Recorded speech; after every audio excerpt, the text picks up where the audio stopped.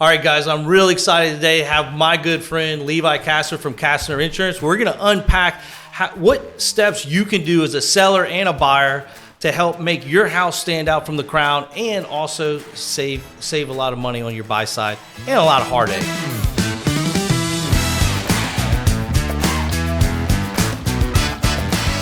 Today we're talking about insurance, everybody's favorite topic. Levi? Oh, yeah, for sure. Everybody loves talking about insurance. First of all, Levi, thank you for taking the time out of your day to be here. Really excited to have you. Most people probably don't know this, but Levi and I are best friends, and I'm actually his daughter's parent. So welcome to the show, brother. Thanks for having us. Yeah. So tell me a little bit about your background, where you came from, and then we're going to dive into some really good stuff. That's a great question. So actually, I started out as a realtor. I actually still have my realtor's license, but that's how I kind of transitioned into insurance. I graduated from UL during 2008 when the market kind of went bust. My best friend's dad, Ethan, dad was the manager for Liberty Mutual in the state of Louisiana, and he gave me an opportunity to apply to be a insurance agent at the time for Liberty Mutual. But that was the 2008 crash that kind of went bust. And then I really wanted to do real estate because if you look at, the Forbes list, right? I was always looking at that Forbes list. The top guys all made their money in real estate. So that's what I wanted to do. So that's what I did. The problem was I focused in commercial insurance right off the bat in 2008 financial crisis. Right. Which probably wasn't the timing wasn't there. No. It's not a bad strategy. Just timing for you wasn't exactly there, which... we talk about this all the time. I mean, through those tough times, that's where you grow the most. And that's where, without that, Kastner Insurance wouldn't be here. Probably. Yeah. And then you don't know what you don't know. I probably didn't, I needed probably a different mentor at the time and stuff. So 2010 came, had the opportunity to open the Liberty Mutual office in Lafayette, Louisiana. And it just so happens at that time, this is like what they call, there's two different kinds of insurance companies, kind of changing now, but captive and non-captive. When you think of a captive insurance company, you think of like Liberty Mutual, a State Farm, an Allstate, yeah. Right? All that's kind of changing these days, but that's what it was at the time.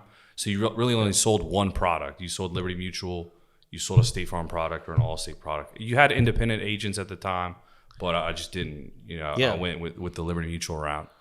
Which was great at the time. I mean, Liberty Mutual didn't have a footprint here in Lafayette. Right. You brought their, you and Todd brought that to Lafayette and really did. I mean, they were so competitive with the rates, which is the exact opposite of where we're at today, just in general, not Liberty Mutual. Liberty Mutual did a great job. They came in very strong in Lafayette. I mean, y'all hit the ball rolling. Super strong. So I would say that's what they call like burning the market burning the rate into the market. Mm-hmm. I mean, it was just being a realtor before helped me position myself to be successful as an insurance agent. So I would say if I would have started out doing insurance, I wouldn't have been as successful as I was. Yeah, well, you knew the challenges, you knew what the realtor was doing, faced with, and our lack of support from some of the insurance agents that were there. So you knew how to fill that gap. Well, and the big thing for me was instead of going like the insurance industry tried and true to get your leads was to approach mortgage brokers. I completely did the opposite. I started approaching realtors, and I don't think at the time, most insurance agents weren't focusing on realtors because I knew I had the network. So that's what I went after. And it just, to this day. Well, it worked for you. To this day, I'd rather deal with a realtor than a lender, and we could discuss. Kevin Jones was on the show last week, so he was talking about stripping out the policy to get the premium down, which is a part kind of maybe why we're in some of these. He's not the issue, but stripping out a policy is kind of why we're in the pickle we're in. Right. As far as the insurance market. So you started up Liberty Mutual. Eventually, you created your own database, went out on your own, and now you've got Kastner Insurance, and you're killing it here in Lafayette. Yeah, so I started Kastner Insurance in 2017, and I started a scratch agency, started going after your own contracts, and just worked my way up from there, and that's where we're at today. We have a couple people that work for us and trying to provide value and close insurance policies. Well, good deal. Well, that's exactly what we want to talk about is insurance, and this is kind of a follow up to our interview with Bill Bakke, where he said, there's the three. You got three I's. You got interest rates, you've got insurance, and you also got inventory. And so those all play a big part at the cost of real estate to the consumer. And I know right now, interest rates in Louisiana specifically are, very challenging. And, I know there's a lot of talk of what's going to happen. And you're the expert in this field. I know you're keeping track of what's going on, where the rates are, and how can we take this opportunity in a challenging situation and find a way to really leverage all the tools that we have to make our houses stand out as a realtor, as a seller, and then also as a buyer to protect your buyer, get the right coverage for them, but also make sure that they're getting the absolute best rate. And there's no, I'm not going to use the term strip, but there's no, all the variables are known. And so that'll help with the, when we talk about like inspections and whatnot. Right. Because we're in a completely different environment than we were, just last year. So give us an update on like what's happening right now in the insurance business in Louisiana, and why are we seeing the increases in the insurance prices that we're seeing now? So the biggest reason for Louisiana is going to be strictly, there's a couple, you had a perfect storm with, you had inflation, you kind of had the COVID markets, increased costs of building materials, all that stuff impacts insurance. But the big thing that's really impacting our market was basically, I think we're approaching between the last two hurricane seasons, about 23 billion, 24 billion. That could be hard checked on the Louisiana Department of Insurance website. $23 billion dollars in property and casualty claims across just in Louisiana alone for insurance payouts. Right. So that's all property, auto, commercial property, personal, all that's impacting that, right? Mm-hmm. And then you had a lot of companies that were not charging enough premium to pay out those claims. Mm-hmm. And then also there's a thing, insurance companies buy what they call reinsurance on some of their exposures for like hurricane coverage and everything. So the insurance companies insuring you, but also buying insurance to insure them against their premium. So you have the payouts for the last 2 years in the storms. Now the problem is a lot of these, you have what they call admitted carriers, which these are home insurance carriers or insurance companies that pay into the Louisiana Guarantee Fund. And then you have non-admitted carriers, which don't pay into the Guarantee Fund, which is more like some of the ones that went insolvent weren't in the Guaranteed Fund, and some are. Mm-hmm. If it's in the Louisiana Guaranteed Fund, that means the Louisiana Guaranteed Fund, it's hard backed. If you have like a claim or anything, you're going to get your money out because they paid into this Guarantee Fund. Some of these companies weren't backed into the Louisiana Guarantee Association. That's just going who's guaranteeing it? Who's paying that? I think it's a state-run. I think it's a Louisiana Guarantee Association, a state-run organization. If you pay to be a member of it, the state fund. We all kind of pay for that as being citizens in Louisiana. Okay. So just for an example, a bunch of the companies that have been in, I can't even keep track anymore. There's been, I think, 9 to 12 companies that have went insolvent in the last year. Mm-hmm. For one reason or another. The biggest reason is I'm going to talk about the Florida insurance market. Florida and Louisiana's insurance markets are tied closely together because a lot of these. And so, although we didn't, in our area get, hit with a hurricane, the fact that Florida did, that does affect our rates as well. Hurricane Ian impacting Florida is going to put further strain on our insurance markets next year and probably the year after, because those losses are projected. I've been reading anywhere from like $50 to $70 billion. Wow. In losses. So you're going to see that. Our market is already kind of tight. I think you're going to see some more rate in the next 2 years. Well, let's talk about that. What are we seeing here local in Louisiana right now? On a average house of just $300,000, like what's the impact that the consumer should expect to see on a house like that? That's a great question. So it really kind of depends. There's a bunch of factors that go into your insurance rate. Zip code is going to be one, which is really heavily weighed right now, and then your credit, your credit score, of the person who is applying for that insurance policy.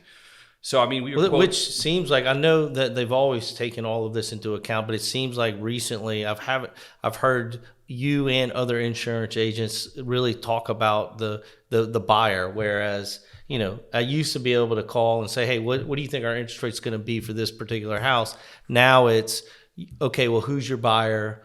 And those other questions that you guys are asking now just seems, it's definitely new to us. Yeah. Because you think you had, I don't know the exact number, you had 20 or 30 insurance companies out there offering home insurance policies. Now you may have less than 5, right? So those 5 companies that are still offering policies. What are those 5? Who is that? Man, that's a great question. I mean, I know State Farm, a company, Centauri Insurance, a company called Cure, which is actually new, which is a derivative of SafePoint Insurance. It's called Cajun Underwriters Reciprocal Exchange. You have some Allstate, some Liberty Mutual, some Safeco, which is a Liberty Mutual owned brand. You have Louisiana Citizens, which is basically the state-run insurance company. Yeah, so this is for home insurance. I think that's probably, I might be leaving 1 or 2 off the list, but Sage Sure, which offers a company called SafePoint or SafePort, is out there. So maybe less than 10 for sure that are writing business. Now, if you move into the southern parishes, you're talking about, Vermilion, any of the southern parishes, you're basically at Citizens. You can't, they're not writing. Some of these companies are opening up regions. Especially for flood. Yeah, well, flood's a different story, but some of these companies are opening up areas as I think as we move into the, 2023, we'll see some of these companies opening up. Some of these markets I have access to, but I'm not able to write yet because they're slowly opening back up, kind of choosing agents based on premium volume. So less than 10, I think I'll feel strongly in saying less than 10. But a good question is, how do you present your property to these insurance companies, right? So we can go into that. I think it all, if you're a listing agent and you have a listing appointment, some questions I would be talking about going into that listing appointment is do you have a flood policy in place? Do you have your flood declarations page? Do you have an elevation certificate? And then going to the house, what's the approximate age of your house? What's the approximate age of your roof? If your roof hasn't been replaced, do you have documentation for that? Age of electrical, your HVAC system, your water heater age.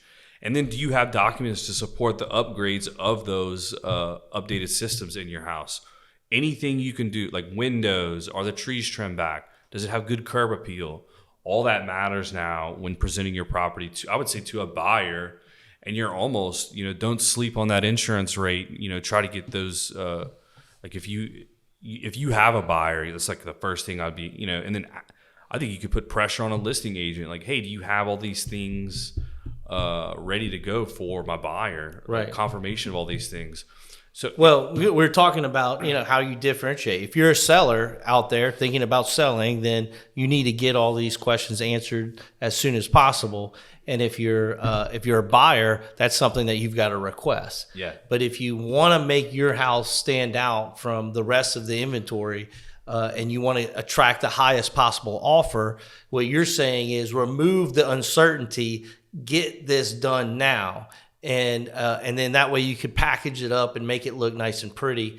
Now the only variable is the customer, the buyer, right? Exactly. Okay. That's exactly right. So you don't want, I just think you need to be proactively working on the home insurance or flood insurance quotes up front, even if you're the listing agent. Like, hey, let's try to get some rough quotes for like a potential buyer, because I don't want the insurance to halt the closing. Well, not only that, insurance does impact the cost of the home, and if you don't know what that is, that's just one more step you can take to clarify and to make your house more attractive than somebody who doesn't know it. Well, and we're seeing that more and more on houses, 200,000 to 300,000. The insurance costs are throwing that debt to income ratio out of whack. So it's impacting, if the sale can go through or not. But if you try to mitigate all that up front, you may not have. Well, repeat that again, though. Like you just said something I think it's important. People don't understand. How is that affecting their purchasing power? So you used to, like, I'm going to say we'll say a $250,000 house in Broussard, Louisiana, that's 20 to 25 years old. I mean, that policy all day long, a year ago might have been, on the low end $1,600, on the high end $2,200. Now you're seeing that policy for pretty much across the board is going to be, maybe it's $3,200, $3,800. Mm-hmm. So if the policy costs more money, and the house is X amount, right? They may throw their debt to income for that potential buyer to where they can't afford the mortgage based on the insurance cost. So that's what I was talking about, Right. So instead of going under contract and then finding out after even inspections that now the buyer can't afford the house and the deal falls apart, just figure that out up front. Right. It's important from a listing agent standpoint and also a seller to know that, hey, the buyer that you have, they're pre-approved for $300,000, but when you add in that insurance quote to their debt to income ratio, that can affect it negatively and put them outside of that range. Well, exactly. And my goal for any time I work with a realtor, we're trying to build a lifetime client, right? Mm-hmm. And for you guys to be the expert knowledge in that deal. So yeah, absolutely. I don't want a client after the fact. Right. Maybe that policy after it's bound, because the insurance company does do an inspection after that's bound. Yeah. That premium may increase $500. So now that $3,800 policy is $4,500. And now you have an aggravated client at the realtor, at the insurance agent for not talking about that stuff up front. I mean, I try to mitigate all doubt. that. I definitely want to talk about that in a little bit because that has happened. That happens. You're seeing it happen a lot more. A big issue. Yeah, it's just it's the insurance companies are just protecting themselves more than ever. Well, and I think just like in any field, you're gonna have bad agents and good agents too, and just I'm willing to have an uncomfortable conversation with somebody up front to mitigate that stuff on the back end, where some agents might not be willing to have that, and that's just the reality of any field, right? You're gonna have some agents that are good and some agents that are bad. Yeah, so let's talk about that though, because you just brought up like you as a buyer, and I mean as a seller and as a listing agent, there's things that you can do to mitigate those unforeseen, expenses, and the best way to do that is what? So I'm going to use my personal house as an example, right? Because my house is super old. It's been updated. It's been remodeled, but I know everything about my house, so we're going to use this as an example. So my house is probably built in the original maybe 30s or 40s. I have a new roof from 2018. Mm-hmm. So if I'm, if a listing agent is coming to talk to me, I'm going to have that document. Like, hey, here's the receipt for my roof. Right. I'm going to show them, I'm going to have receipts in a file system of like, hey, I've done electrical upgrades here. I have a receipt for I have a tankless water heater. I'm going to have a tankless hot water heater. You changed out your Federal Pacific electrical panel. Yeah, I have no Federal Pacific panels. I have no circuit breaker. I have no fuse. The old fuses. I have all circuit breakers. Mm-hmm. I've had a building permit that was pulled in 2012 and 2019. So I'm gonna have a nice documentation to provide. Like, here's all the updates on my house. Let's create a list of all the upgrades and everything I have. Right. Right. I'm gonna make sure if I have two giant oak trees, they're a pain. They're beautiful, but they are a pain in the butt. Hey, here's my receipts from when these trees were trimmed. They're trimmed back off the roof. My house is clean. There's no mold or anything. If I have a pool, I have a fence. I do not have a diving board. I do not have a slide. A zip line? Yeah, I do not have a zip line. I do not have a trampoline. That's a little side story. Actually, I don't know if I should say this on air, but we had like a medical problem the other day. Like somebody was on our zip line and busted his head open. So you were right. Danielle's making me take it down. Yeah. And no trampolines. We can't, there's very few companies that offer trampoline coverage or diving board coverage, and people sometimes just don't want to let those go. It blows my mind. So what's the solution? You just pay more. No, you either find a different policy with somebody that'll cover that will stuff. cover it, which is going to mean more money. Most likely, yeah.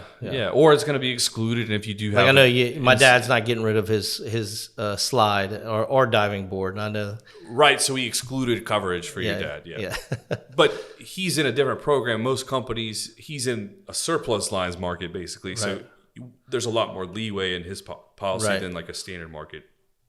I would rather have a standard policy for him. Yeah. But then again, he wouldn't want to get rid of those things either, so I'd have to write him in a non-admitted market. If you're gonna get a trampoline, make sure you get it after. No trampolines. Insurance guys don't. No trampolines. No fun, basically. No fun. It's the insurance guy here. I will not let my kids. I have a play set though, and a pool, but with fence and everything. No diving board, no trampoline. No go. I lose deals on that stuff too. Like people don't want to keep the trampoline. Like I've lost plenty of deals. Right. I'm sure you're not they don't like you the best. When you tell them no, they get aggravated. It's unbelievable that people get hot. Yeah. Well, so what you're saying is like preparing your house for sale. It's important to just put all this documentation. Just like if you're buying a car, right? You're buying a car, and you're looking at two cars that are identical. Right. Same year, same interior color, same exterior color.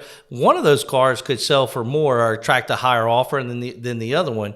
And that's the whole concept with Carfax. If you have Carfax, you know what's happened to that car. It's more likely that you're going to trust that owner more and also be willing to pay just a little bit of a premium on that house than you would on a house that you don't know if it was in Harvey flood or any other damage because you never inspected it. You don't know what's happening with it. Yeah, that's exactly right. Or even you guys are taking care of the interior of the house. You're decluttering, you may be painting. You're staging that house in the interior. You're spending time, your money. You're staging it. We've got to stage it for the financing and for the insurance. Yep. So I think this is going to be the new normal of doing the insurance stuff up front, just like any other part of the listing agreement. And realtors who do that will be more competitive and then will be sought after more than somebody who doesn't. And So the realtors, it starts with them. Ultimately, the sellers, have to participate and help. Yeah, because if you have an unwilling participant being a seller or a buyer that doesn't want to do these things, then I know it's you may not want to take that listing, right? Because those issues are going to come up whether this person wants it or not. Yeah. And if you can have that, don't wait till you find the right buyer and then these come up and then you lose it and then you just wasted time. Yeah, but if you're doing these things, you're going to stand out in the market anyway. That's my opinion. Well, let's talk about it. So, I know you were. You've always told us to do this. This isn't anything new. Yeah, that is correct. But there is something new that you've been talking about this year that I haven't heard up until 2022, and that's a fortified, not fortified, the 4-point inspection. 4-point inspections. Right. So I think not all companies are acquiring it. So when I bind an insurance policy, the insurance company behind the scenes, after a policy is bound, will send out a third-party inspection company. Depending on if the house has had an interior claim or exterior claim, sometimes they'll go into those properties and do an interior inspection. They'll always usually do a drive-by inspection, right? You're saying, just to be clear, you're talking about, they've always done this where you close on the house, then they send a person over there to do a drive-by. Yep. But I didn't know they were doing interior inspections. They do. They can if they want. Yeah, they can. Usually they'll only do an interior inspection on a higher value home, or if there's been some kind of interior claim or issue. Right. It's a lot harder to get any claim period right now. I don't care if it's been a catastrophe claim on a home insurance policy. It's harder to get it through underwriting completely now, even with Right. So this 4-point inspection is what you're trying to do is do this ahead of time so that you can get a better rate possibly, or just get insurance. Period. So 2 years ago, if you would have called me like, "Hey Levi, this roof looks questionable. I'm gonna go by and drive by the house and tell you, hey, you got to cut the trees back off the roof. No, this roof isn't gonna pass inspection." Because again, I didn't want that house to be canceled after the fact. So once we bind a policy, again, that home is not being inspected by an insurance company till after the fact. Which is crazy to me. I don't understand why they would do it that way. But yeah. Well, and the crazy thing is, so I mean, we have to write a ton of volume to make any money in the insurance industry. That's just a fact. So if the home policy was $1,000, we make $100. So anytime I had to touch that transaction, I would basically lose money if we bound that policy. And I wanted to make sure I take care of my clients and build lifetime clients for realtors. So I would say, hey, I'm going to stop what I'm doing. I'm going to go look at that roof up front because I don't want it to get canceled after the fact. And then knowing that, the insurance company is going to do an inspection after it and like, oh, hey, that roof is not acceptable. You have to change it. And that's a huge cost, right? So this client who thought they were going to have this new home, they move in, they probably buy furniture and stuff. Now they have to change that roof. That's a no-go. Yeah, I mean, guys, this does happen out there, and being in the position that we're in, working both sides on the buy and sell, you will hear people say, "Oh, no, I have an insurance guy that will insure that house," and then you'll have an insurance company like Kastner Insurance. They're saying, "Well, look, that roof is going to be a problem. You need to get the sellers to replace that roof, or you need to plan on a new roof." And they end up going with another insurance company who didn't look at the roof, who says, no problem, the roof's X amount of years old, we'll insure it. And then next thing you know, they close on it. And then your client, who may not have any money, it gets a demand letter from the insurance company to replace a roof that may be $15,000, $20,000, $30,000 out of their pocket. Yeah. So it's not it's serious. Like, you really have got to make sure that, the house that you're buying, the roof has been looked at by somebody like Levi, so that you don't end up in that place where, 2 months after you buy it, you get a demand letter, they're going to drop your insurance unless you replace the roof. Well, and this is a big deal right now too, because I mean, the roofs are a big cost too, but is it the insurance company's responsibility to pay for, on a three tab roof, right? So we'll say 20 to 25 years. That's what they say on those things, but You're getting maybe 12 to 15 years out. Is it the insurance company's job to replace that roof due to wear and tear? I mean, yeah, this does happen, and I've always tried to mitigate that, and I've lost deals because of it. But hey, and it's just about being careful and being upfront. Like, I don't want our clients to end up in a house and then have to come out of pocket $30,000. Right. And that's what the difference is, working with an expert versus working with somebody who just wants to bind that policy and move on, because the company is going to handle the support for that. Right. Exactly right. So it's just interesting that, and I guess it makes sense. They don't want to go inspect all these houses that may not close, so they don't want to waste the time. So there's a cost of inspecting those policies. But going back to how you can avoid that, and with this 4-point inspection, I know that some carriers are requiring it and some are not. But what you're recommending is do it on all your houses, just so you have it in the bag. Yeah, so I'm working on an app. We have to do after the fact on some carriers, not all of them, but I think it's coming to where it's going to be on all carriers. They want a 4-point inspection. And what a 4-point inspection is it verifies a couple systems within a degree of uncertainty of like the roof age, the approximate roof age, the approximate HVAC age, which include your AC and your heating systems, your water heater age, plumbing age, and electrical age. And so it's kind of checking the effective age of all those systems, if there's any upgrades or anything like that. Mm-hmm. So we are working on an app with a local actual inspection company for whoever to do these things remotely, and we verify it and we double check this stuff on the back end. And so the 4-point inspection is going to check basically your all your systems, your HVAC system, your electrical system, your plumbing system, your roof, and the effective age of those systems, and the ages of it. And then when you could provide that, and they're all in good working order, you're gonna see a discounted premium, or you may not. Yeah, you may see a discounted premium based on the effective age of those pieces of equipment, or you're able to get a quote faster, because sometimes some companies like I'm going to talk about the newer insurance company called Cure. They're not taking, if the house is older than, I think it's 20 or 30 years, you have to have that 4-point inspection up front for it to be verified before they would even bind a policy. Right.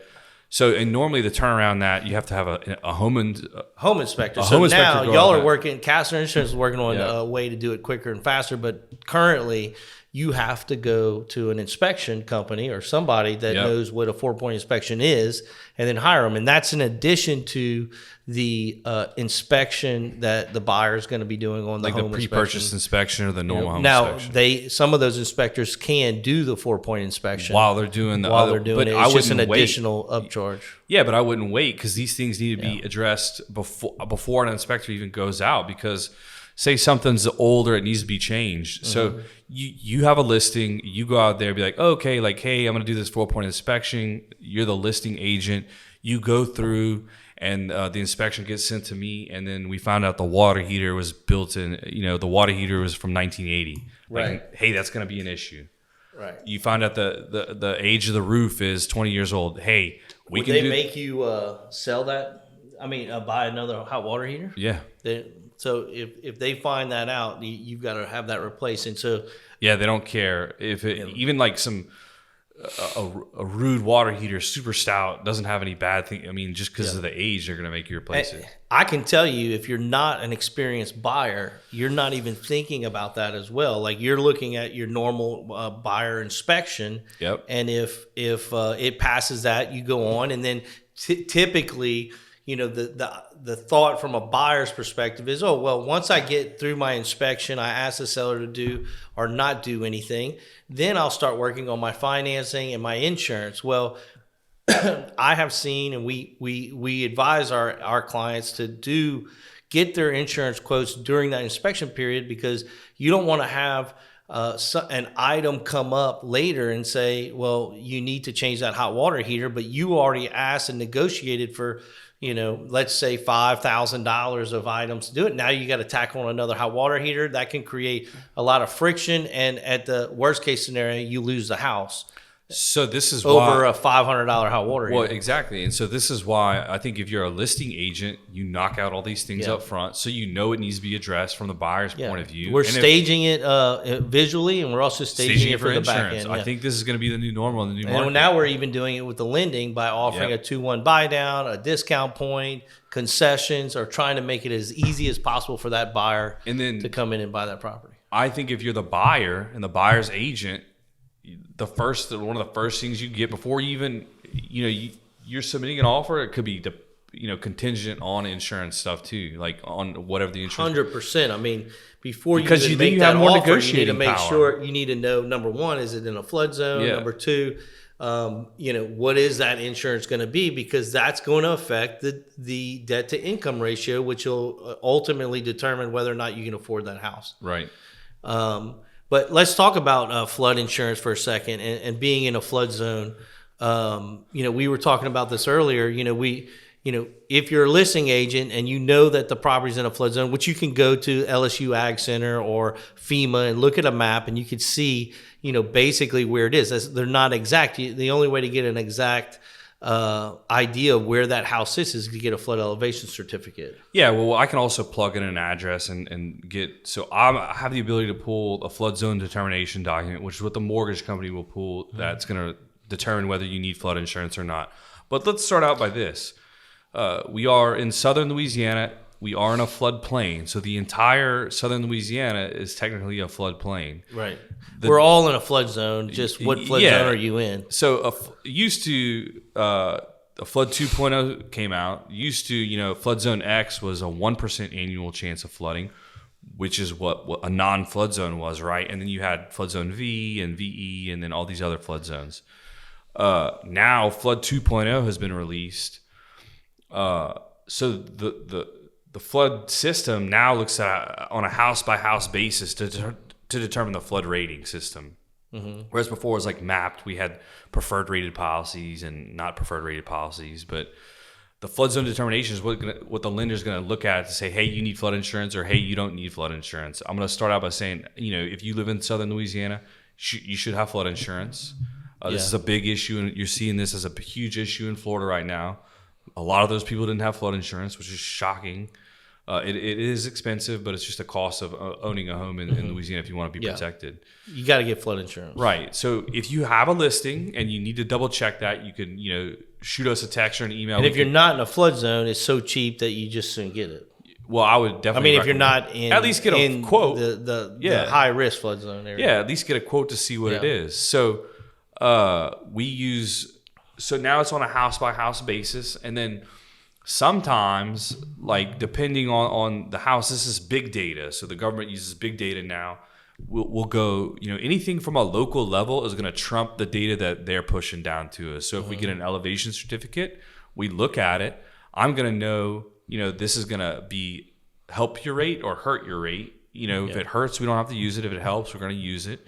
I'm going to know by looking at that elevation certificate how it's going to impact that premium. Yeah. And now there's a lot of differences. You have like a lot of private flood stuff is coming to market, which is great. We've been running a lot of private insurance where you'd only write a national flood insurance program rated flood policy, which is on FEMA paper, depending on through the company. But if I'm a listing agent, I want to get all that stuff, just like on the home insurance side, knocked out ahead of time. So let's confirm your flood zone. If you are in a flood zone, or even if you're not, do you have a flood policy in place? Where's your declarations page?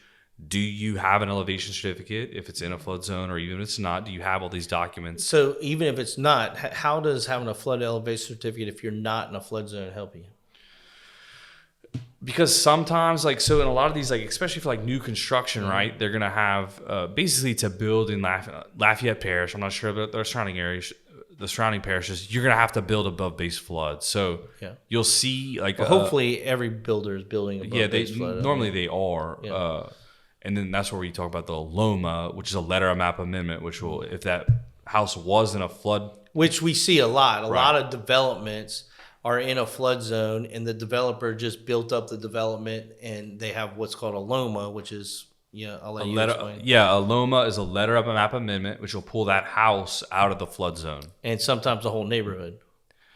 Yeah, they apply for the whole neighborhood. Right, for the whole neighborhood. Yeah. But so what really determines? Traditionally, we see those LOMAs in a new construction area when there is when they're in a flood zone, and they obviously the builder wants to ultimately sell the houses. They've got to do what we're talking about, is package it up, make sure it is above base flood elevation so they can sell the houses. Yep. And then the individual houses, you need an elevation certificate to get it in to have a LOMA, have that map amended to take that house outside of that flood elevation certificate. Right. So if you have your elevation certificate, you can visit this website to file for your LOMA. And really, 99% of the time, what's going to qualify that property is on an elevation certificate, they're going to have what they call the lowest adjacent grade, or the lag, is in parentheses lag for short.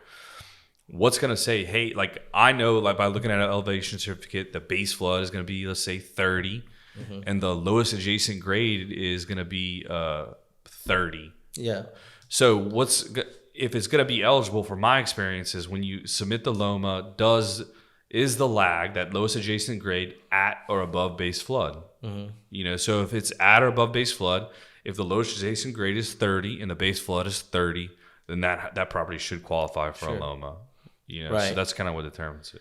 And so tell me, go back to why, how would an elevation certificate help us if you're not in a flood zone?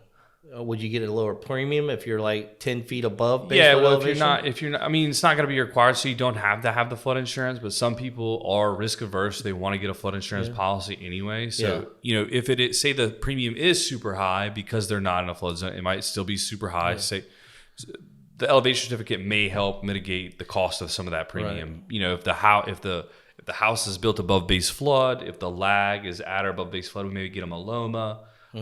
Like your neighbor, for example, he was in a flood zone, but his lag was at or above base flood. So now we're helping him apply for a LOMA, so he won't have to have flood insurance.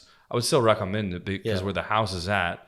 But that's an example where an elevation. Well, and there's an example of those houses that, like our neighborhood, my neighborhood, we're up on the Coteau Ridge, and the back of our houses go down to a flood zone. Right. And so part of the property's in a flood zone, which is automatically going to trigger my lender saying, hey, your property's in a flood zone, even though we're 30 feet above that lowest level. So you have to be concerned about that. And I hear this a lot of times, like, well, I'm not in a flood zone.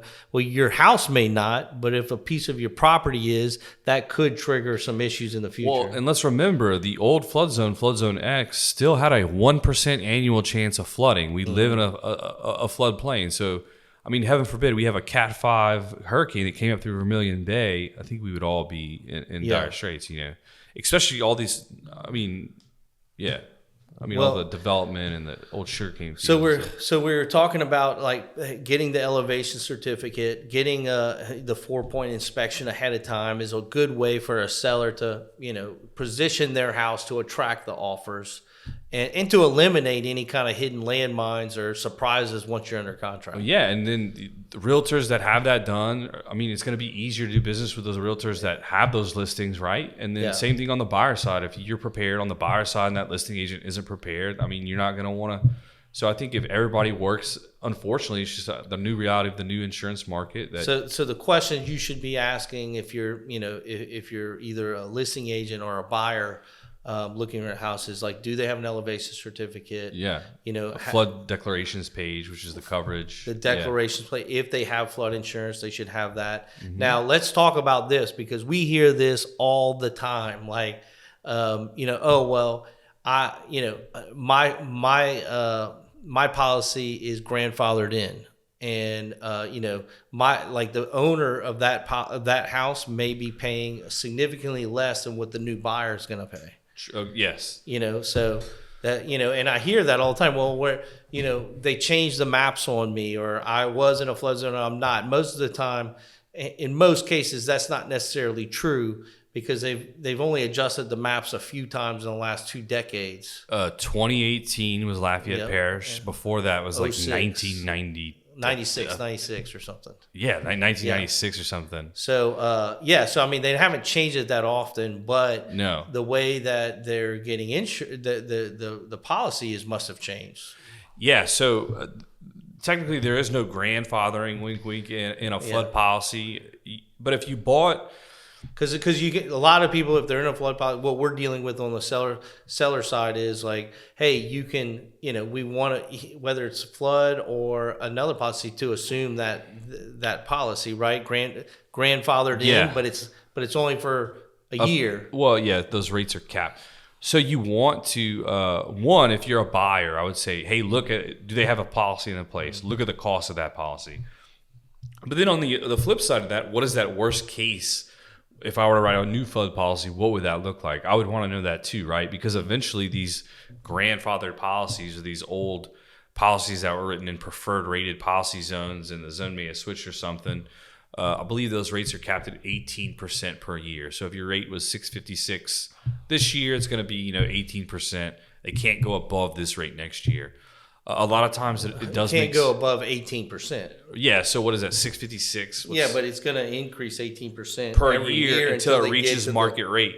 That's why you want to know, alternatively, what that worst case flood cost is going to be in 5 years when it gets market rate. And that's a key. That's a really key point. Is you may be able to get the same rate the last owners had, but it's going to go up 18% every year until you get to where it should be.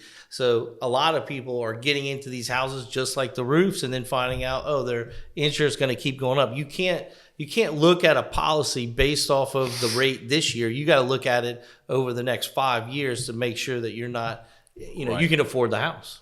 Well, yeah. So if I'm a buyer's agent, I'm going to say, hey, look, you have a flood declaration page. That's great. Well, I would go to an insurance agent and be like, hey, what would this policy cost brand new this year without assuming this other flood policy? Mm-hmm. And so, and then you could tell your client, like, hey, this is what it looks like, before and after. This is the home insurance cost. Does that look okay? Is it going to be okay for your debt to income? Is it going to be okay for your loan? Are you okay with this worst case scenario rate too? Right. Because I would want, again, my job is to make sure you guys are building lifetime clients. Mm-hmm. You may lose that deal, but at least you're educating your people, and they're not going to be mad at you after the fact because their flood policy jumped up $2,000. And no doubt. It's not terrible here. You're going to see it really impact, I think, in the lower, in the lower parishes, Houma, Thibodaux, New Orleans. Right. These are all flood insurance 2.0 is really impacting these areas. Same thing with home insurance right now, down in these southern areas. it's going to be real interesting to see what happens. These people that had small loans that were required to have flood insurance policies and home insurance, what it kind of does down there. So, well, I was after Laura, we went over to Hackberry off of Big Lake, and there was a bunch of houses that were completely wiped off the planet. And some of the people down there, most of them didn't have flood insurance. And the reason why was that the price of the flood insurance was more than the note. So they just couldn't do it. So you see a lot of houses down on the south side. A lot of the sellers are owner financing those. Yep. And they're not requiring, that's the only way some of these people can own their own house, because if they were to go to a bank, they just can't afford the flood insurance. Right. And, a lot of these houses may have never flooded before. That's true. And the problem is, though, you get a Laura comes in and just takes everything out. And what's happening on those contracts? Do they have, what happens if it does flood and it's an owner finance house? Like, who's responsible for it? Is that in the contract? Well, in the case like Hackberry, in that area, like a lot of those people, they just have to rebuild right out of their pocket. Yeah. Well, and it's going to cause a bunch of conversations around, like, do we need, unfortunately, I enjoy fishing and stuff just as much as everybody else, but here he goes again. No more fishing camps. No more beach houses. You can no do more whatever trampolines, you want. No zip lines. You got to pay for it though, right? You got to pay for it. So is it, I guess if people don't is mind it worth paying it to you? Yeah. Is it? Do you get enough enjoyment out of that diving board to pay that an extra that 20 grand? Right? Yeah. I'm going to say yes. Yeah. I'm going to say yes. No, man, but there's so much to. It's complicated, but you keep it simple for our agents and for your clients. And we're diving deep into all these different nuances on insurance. But ultimately, the goal here is and the message is, if you have a house to sell, do your homework up front, have it all packaged up so you can attract the right buyer.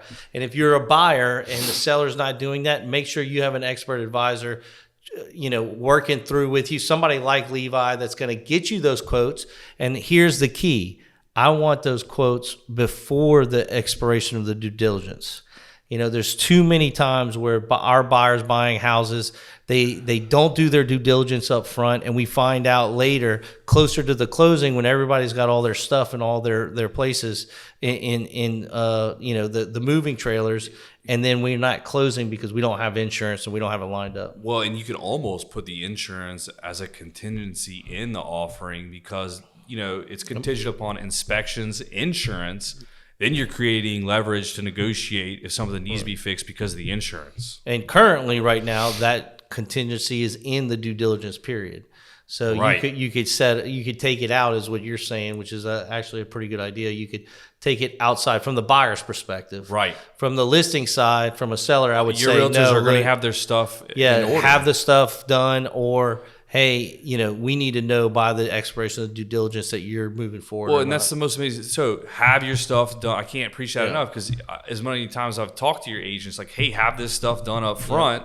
It's going to save you on the back end. And it does. And it makes a big difference. But it makes everything go smoother. Don't sleep on it. Have it done up front, because then there's no leverage on the buyer's side, because all that stuff's knocked out. That's it. And it may be uncomfortable to have those difficult conversations with your sellers, but they need to happen. And if you're the realtor doing that, you're still going to stand out on your listing agreements or anything. Well, and we are still seeing, because it's still a seller's market, we're still seeing multiple offers on houses because our inventory is low, especially in the 300 and under. There's very little inventory. So if you're competing against multiple buyers, it's another way for you as a buyer to stand out, is make sure you've already talked to your insurance agent and say, hey, look, I've already got my insurance agent. I know that I know the issues with this house, and we're prepared to move forward. And that could also help you stand out. Exactly. Yeah, I think that's right. Mr. Levi, anything else we should be hitting? No, I think that's it. I would, unfortunately be expecting, some more rate increases from the Hurricane Ian hitting Florida last year, but as long as you try to take care of your stuff, take care of your property, address everything up front, deals will still get done and happen, but just try to knock everything else up front. If you need somebody to ask advice to, my office is available. Man, and that's right.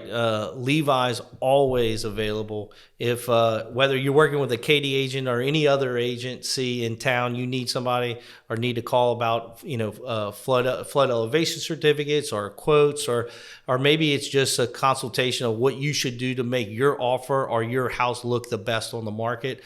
All you got to do is call Levi. His information is going to be right under here, right in this post. But Levi, I can't thank you enough, brother. Thank you for being here. Thanks, man. Looking forward to next time. And, yeah, absolutely. We will have some fun. We're not going to let insurance bring us down. And so always, if you're interested in this type of information, make sure you hit the little bell notification so you're notified. Comments are awesome. Like, I would really appreciate any comments, questions, or even if you want to prove us wrong on anything that we said today, we want to hear it. And of course, anything else that you guys want to know, we'd love to help, love to talk to you about it. So I'm Jim Keaty with Keaty Real Estate, and this is Real Talk. Until next week, we'll see you then.